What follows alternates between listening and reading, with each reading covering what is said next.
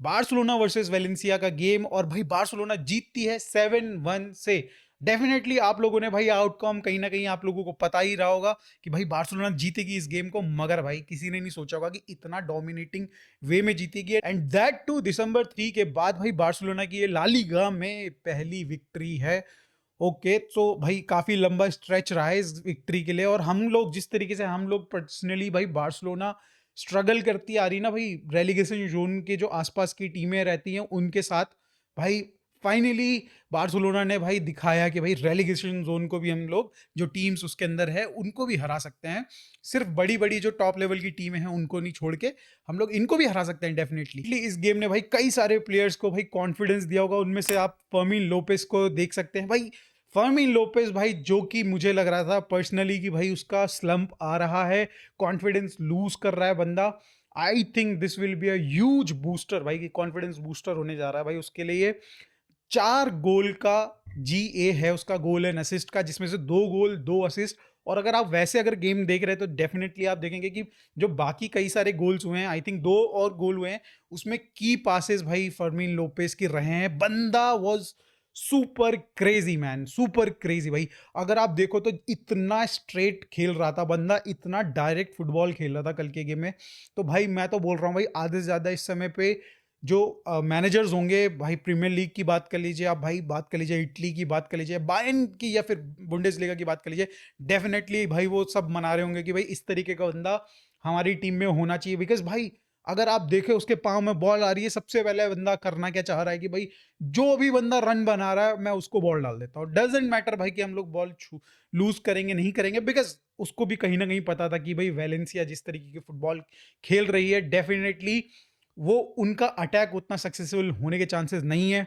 तो बंदे ने भाई वो चांसेस ले रहा था, और भाई कल जो वो बॉल टच कर रहा था, it was turning to be a gold भाई, लिटरली भाई गोल्ड बोल रहा हूँ, गोल्ड नहीं, गोल्ड भाई। वो सोना बन जा रही थी भाई वो बॉल, जिसको भी टच कर दे रहा था भाई लिटरली। बंदे के पासेस वाज क्लिनिकल, और मतलब एकदम पिन पॉइंट एक्यूरेसी के साथ जनरली पासेस कर रहा था भाई। डेफिनेटली भाई one of the best game for फर्मीन Lopez भाई, डेफिनेटली। और ह्यूज कॉन्फिडेंस बूस्टर भाई अगेन। और एक चीज डेफिनेटली मैं कहना चाहूंगा कि यार, कि जब से हमने डैनी ओल्मो को इंट्रोड्यूस किया ना टीम में, तब से फर्मीन लोपेज की जो हमने ग्रोथ देखते आ रहे थे, लास्ट सीजन हमने भाई उसका जो ग्रोथ ट्रेजेक्ट्री देखी थी कि भाई बंदा शूट कर रहा है लिटरली, वो कहीं ना कहीं यार धीमी होती हुई नजर आ रही थी, और चांसेस भी नहीं मिल रहे थे भाई डैनी ओल्मो के आने के बाद से। मगर जो ये इंजरी हुई है भाई अभी डैनी ओल्मो को, और उसके बाद भाई जो अभी चांस मिला, बिल्कुल बैंग ऑन भाई, बिल्कुल लिटरली चढ़ गया भाई फर्मीन लोपेज भाई अपना राशन पानी लेके। और भाई उस वो कह रहा है हंसी फ्लिक को कि भाई मेरे को अब तो भाई चांस मिलना चाहिए, डेफिनेटली मिलना चाहिए। और एंड आफ्टर दिस परफॉर्मेंस यार, क्यों नहीं भाई, क्यों नहीं भाई, क्यों नहीं। बंदे का कंट्रोल अच्छा है, बंदे की प्रेसिंग अच्छी है, बंदे बंदे की यार विजन अच्छा है, इंटेलिजेंस अच्छी है बंदे की, कुल मिला के मतलब भाई टोटल पैकेज है। और जिस तरीके से अभी यंग है भाई लड़का, भाई पॉसिबिलिटी इसकी भाई वो अच्छा कर सकता है डेफिनेटली भाई, फ्यूचर में बहुत अच्छे लेवल पे पहुंच सकता है as a midfielder, as a CAM. भाई मैं तो भाई बहुत सारी एक्सपेक्टेशन लगा के बैठा हूँ फरमीन से, जिस तरीके का लास्ट सीजन गया था, फिर उसके बाद उसका यूरोस तो ज़्यादा चांसेस नहीं मिले, मगर भाई ओलंपिक्स में जो उसने धूम मचाई थी भाई literally, I think highest goal scorer भी रहा है उसमें। तो भाई मतलब कुल मिला के I have a huge expectation from भाई फर्मिन लोपेज इन फ्यूचर की, भाई बंदा बहुत ही डेफिनेटली अच्छा करेगा। अगर हम बात करें पहले गोल की, तो भाई फ्रैंकी डियोंग ने जो गोल निकाला था उसको भी क्लिनिकल पास दिया था हमारे अपने भाई फर्मिन लोपेज ने भाई। और अगेन भाई डेफिनेटली वहां पे जो कंपोज फिनिश भाई फ्रैंकी डियोंग ने करी है, मतलब कल का गेम डेफिनेटली बहुत अच्छा गेम रहा फ्रैंकी डियोंग के लिए भी इटसेल्फ भाई।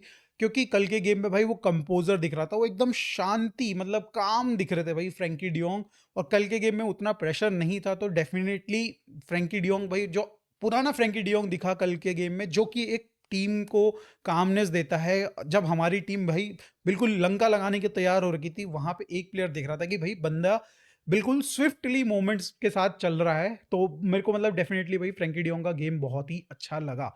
अगर हम बात करें रफीनिया की, तो रफीनिया का गेम भी यार बहुत ही सुपर रहा कल के गेम में भाई। जो उन्होंने की फिनिशिंग रही भाई, जो गोल उन्होंने करके दिखाया, एक टाइम पे लग रहा था भाई नहीं होने वाला गोल, नहीं होने वाला गोल, जो गोलकीपर के ऊपर से चिप करके दिया, और भाई क्रेजी गोल, वो भी बहुत अच्छा गोल रहा। तो डेफिनेटली उनका गोल भी सही रहा और उनको रेस्ट देने का डिसीजन भी मेरे हिसाब से हंसी फ्लिक का बिल्कुल सही रहा। मेरे को लगता है कि बल्कि इनफैक्ट और जल्दी दे देना चाहिए था रफीना को, वन ऑफ द प्लेयर्स जिसने भाई जो काफ़ी फुटबॉल खेल चुके हैं इस सीज़न में हमारे लिए, तो थके हुए भी हैं और डेफिनेटली अटलांटा के गेम के लिए बेटर प्रिपेयर्ड हो सकते थे। थोड़ा जल्दी मिल जाता, बट ठीक है, आई थिंक 60-70 मिनट में जिस बीच में उन्होंने उनको रेस्ट दिया, that was okay for me also. And उसके बाद अगर हम बात करें भाई कल के गेम में, तो लामिन यमाल भी भाई बहुत अच्छा खेल रहे थे। डेफिनेटली गोल नहीं स्कोर कर पाए, मुझे बुरा लगा इस चीज़ का, मगर मैं जानता हूँ कि भाई कहीं ना कहीं भाई हंसी flick expect more from Lamine Yamal in terms of कि भाई वो गोल नहीं स्कोर करे डेफिनेटली, मगर भाई वो क्रिएटिविटी दिखाए इन टर्म्स ऑफ वो गोल बनाए भाई। अभी जितने जिस हिसाब से वो यंग है भाई, उस पे अभी भी अगर आप कल के गेम में भी देखो तो दो दो बंदे चढ़े हुए थे, फाउल्स पे फाउल्स कर रहे थे उस पे लिटरली। वो बंदा भाई कितने सारे, तो मतलब कल के गेम तो लामिन यामाल भाई फुल मजे लेने के मूड में था। गोल नहीं स्कोर कर पाए डेफिनेटली, मगर उसके सिवाय उन्होंने बहुत सारी ऐसी चीजें करी, बीट पाना मारा भाई, उसके सिवाय भाई अननेसेसरी के ऐसे ऐसे ड्रिबल दिखा रहे थे भाई कि मतलब हमने बोला कि भाई क्रेजी, भाई बंदा क्रेजी खेल रहा है। और भाई अगेन सिमिलरली रफीना की तरह भाई थोड़ा जल्दी सब्स्टिट्यूट कर देना चाहिए था, गोल नहीं आया डेफिनेटली। मे बी मेरे को लग रहा था हंसी फ्लिक वेट करेंगे कि 60-65 मिनट तक कहीं गोल निकाल के दे दे लामिन यमाल, तो वो भी खुश हो जाएगा, बट नहीं आया गोल, तो उन्होंने 70 मिनट के अराउंड उनको सब्स्टिट्यूट कर दिया, तो which is again a good decision. But मेरे को लगता है कि कहीं ना कहीं अगर आप 4-0 से 5-0 से जीत रहे हो यार पहले हाफ में, तो अपने मेन प्लेयर्स को हटाओ और भाई अपने ला मासिया के प्लेयर्स को भाई थोड़ा सा चांस दीजिए, भाई उनको भी मौका दीजिए अपनी स्किल दिखाने का। अब हम बात कर लेंगे कसाडो के बारे में। भाई बंदे की डेडिकेशन कल के गेम में देखो, एक तरफ भाई बार्सिलोना जीत रही है 7-1 से, और दूसरी तरफ बंदा भाई ऑलमोस्ट पेनल्टी वाली टैकल्स मार रहा है बंदा, भाई कॉर्नर्स बचा रहा है बंदा, मतलब क्या नहीं कर रहा है कल के गेम में। मतलब कई सारे क्रेजी क्रेजी टैकल्स उसने डाले डेफिनेटली। मैं कहूंगा कि भाई थोड़ा सा मतलब रिस्क कम लो कल के गेम में भाई, जब आपके हाथ में गेम पूरा पड़ा हुआ है, एक आधा गोल पड़ भी जाता तो क्या ही दिक्कत है भाई, जबरदस्ती का टैकल डाल के कोई फायदा नहीं है। बट अगेन भाई जो उसने किया डेफिनेटली प्रेस तो करना पड़ेगा भाई। मूविंग टुवर्ड्स बैक लाइन भाई, तो मैं सबसे पहले पॉइंट करूंगा कुंडे को भाई, कि मैं पिछले वीडियो में बोल चुका हूं कि कुंडे नीड रेस्ट भाई, ये गेम उसको रेस्ट देना चाहिए था, डेफिनेटली देना चाहिए था मेरे हिसाब से, मगर दिया नहीं। और एट द एंड भाई ऑलमोस्ट आपने लगभग 18 मिनट के करीब जब गेम बच रहा था, तो आपने तब जाके सब्स्टिट्यूट किया, हेक्टर फोर्ड को लेके आए, who by the way was okay. Okay नहीं कहूंगा मैं, अच्छा अच्छा दिन रहा उसका डेफिनेटली। बट कुंडे पे अगर वापस आए तो यार कुंडे थोड़ा सा कहीं ना कहीं ऑफ नजर आ रहे हैं, एज मैंने पहले बोला सिंक में नजर नहीं आ रहे हैं टीम के, तो डेफिनेटली कहीं ना कहीं भाई मे बी फ्रेशनेस कहीं ना कहीं नजर आ रही है कि भाई है नहीं अभी बंदे के अंदर, तो रेस्ट डेफिनेटली मिलना चाहिए। बट अब एटलांटा के अगेंस्ट गेम है, तो ये गेम तो नहीं मिलेगा, अब देखते हैं नेक्स्ट गेम में क्या होता है।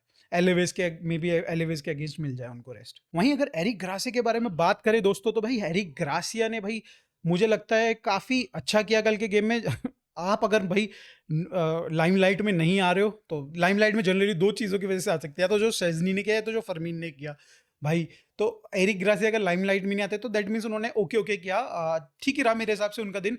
मगर भाई जिन्होंने बहुत बढ़िया किया वो था कुबार्सी बंदा, भाई क्या भाई, मेरे को समझ भी नहीं आता क्या विजन है बंदे का भाई, क्या दिमाग मतलब चल रहा है भाई। मुझे लग रहा है बंदे का भी भाई एज अ डिफेंडर एक स्टेप आगे चल रहा है, क्योंकि अगर आप देखो वेलेंसिया ट्राई भी कर रही थी ना भाई, एक आधे बॉल निकालने का ट्राई भी कर रही थी, कुबार्सी वाज देयर भाई, हमेशा हमेशा बंदा इंटरसेप्ट करता है बॉल को।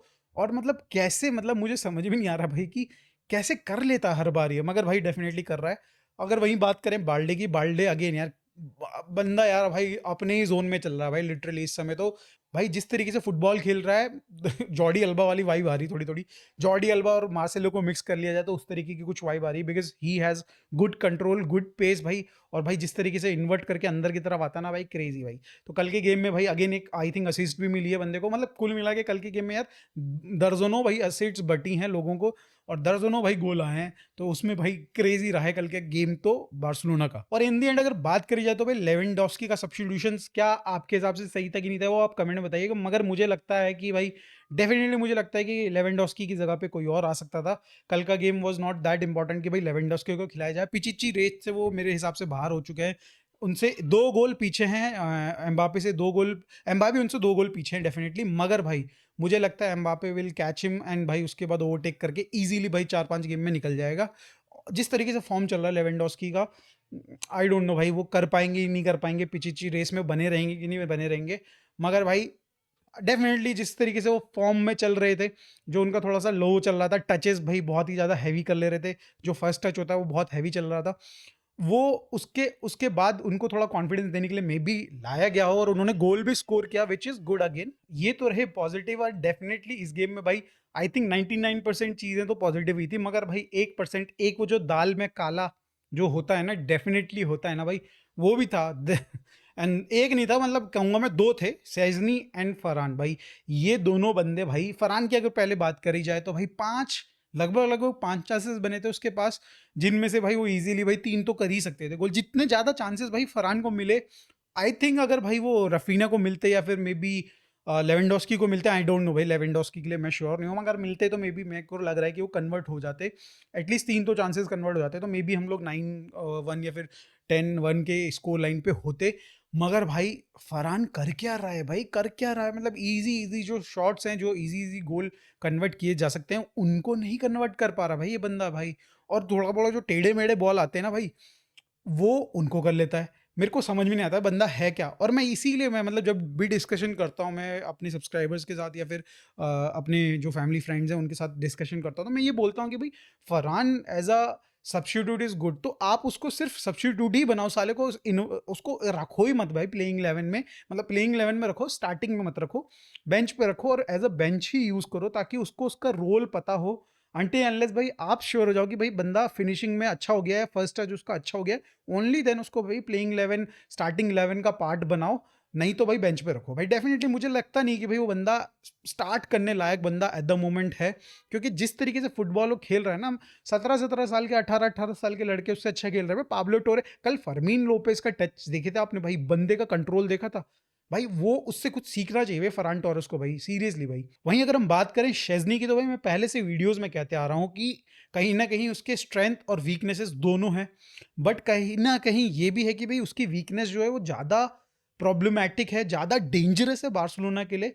और वो वीकनेस क्या है भाई, वो जब चार्ज करता है, जब सिचुएशन देख रहा है कि सामने से भाई अटैकर मेरे पे चढ़ रहा है, और वो बॉक्स छोड़ के जाना चाह रहा होता है, उस पर अटैक करना चाह रहा होता है, फिर बॉक्स में 1-on-1 सिचुएशन हो जाती है, तो भाई सेजनी को नहीं पता होता कि कब डाइव करनी है बॉल पे, कब वो बॉल को पकड़ने जाए, और उस सिचुएशन में क्या होता है भाई, पेनल्टी दे देता है। कल के गेम में भी हमने देखा कि भाई पेनल्टी उसने दे दी थी ऑलमोस्ट, अगर वो फाउल, कुंडे वाला फाउल नहीं होता तो वो पेनल्टी हो गई थी।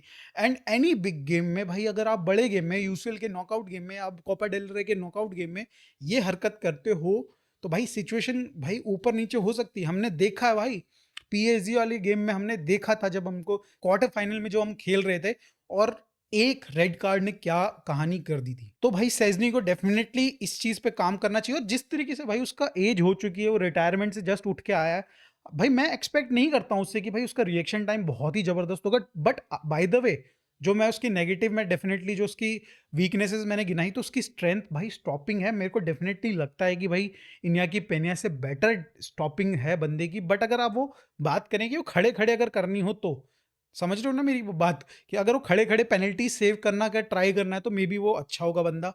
अगर कोई बंदा शूट ले रहा है और वो बंदा हिलता नहीं है, तो ठीक है, उस सिचुएशन में सही है। मगर जब 1-on-1 हो जाए, या फिर भाई ऐसी सिचुएशन आ जाए जहाँ पे बंदे को चार्ज करना पड़ रहा है, गोलकीपर को चार्ज करना पड़ रहा है सामने वाले प्लेयर पे, उस सिचुएशन में भाई बंदे पे मैं बिल्कुल भी रत्ती भर भरोसा नहीं कर सकता। एंड मैं सरप्राइज भी हुआ जब भाई इसको चांस मिला, इसको स्टार्टिंग 11 में शामिल किया भाई। मेरे को ये था कि यार अब तो भाई, अब तो इनाकी पिनिया को भाई डेफिनेटली चांस मिलेगा इसके बाद हर एक गेम में लिटरली। मगर भाई मैं शॉक हो गया भाई, सीरियसली मुझे समझ में नहीं आ रहा कि हंसी फ्लिक के साथ इसने ऐसा कर क्या दिया भाई, कि जो इसको धनाधन चांस दिया जा रहा है। डेफिनेटली इस गेम में रिमाइंडर आ गया है कि भाई बड़े गेम में अवॉइड सेजनी। वैसे बार्सिलोना ने भाई 100 गोल ऑलरेडी स्कोर कर लिए हैं, जनवरी खत्म भी नहीं हुआ और भाई 100 गोल मार चुके हैं हम लोग, which is again very good stat. And भाई बताता है कि भाई पिछले सीजन और उससे पिछले सीजन और उससे पिछले सीजन, जावी वाले जो सीजन थे, कितना चेंज आया है फुटबॉल में बार्सिलोना के अब। जहाँ पे भाई हमारे पास स्क्वाड भी यंग है, हमारे पास भाई देखा जाए तो भाई गुंडोन जैसे एक्सपीरियंस प्लेयर मिडफील्ड में नहीं है, तो वैसे और वैसी सिचुएशन में भाई हम लोग फिर भी भाई हम लोग गोल पे गोल स्कोर करे जा रहे हैं। तो डेफिनेटली मैं बोलूँगा कि भाई बढ़िया परफॉर्मेंस रह रही है बार्सिलोना की। आप लोग बताओ दोस्तों कि कल का गेम कैसा लगा आप लोगों को, भाई कल का फर्मीन का भाई मास्टर क्लास कैसी लगी, कमेंट्स में बताओ फर्मीन फैंस। तो मिलते हैं दोस्तों नेक्स्ट गेम के प्रीव्यू में, विच विल बी अटलांटा के अगेंस्ट। तो भाई अटलांटा के गेम में ज़्यादा देखा नहीं हूँ कभी भी, मगर भाई प्रीव्यू डेफिनेटली करेंगे, क्योंकि भाई दिस टीम प्ले, मैंने सुना है भाई हमारी तरह ही खेलती है भाई बिल्कुल। तो हमारी टीम में भाई कई सारे ऐसे क्रूशियल प्लेयर हो जाएंगे जो ऐसे टीम के अगेंस्ट खेलेंगे तो अच्छा कर सकते हैं। तो मिलते हैं फिर दोस्तों उस वीडियो में, तब तक के लिए भाई चैनल वैनल को सब्सक्राइब कर दो, आप ही लोगों का चैनल है। मिलते हैं फिर, बाय।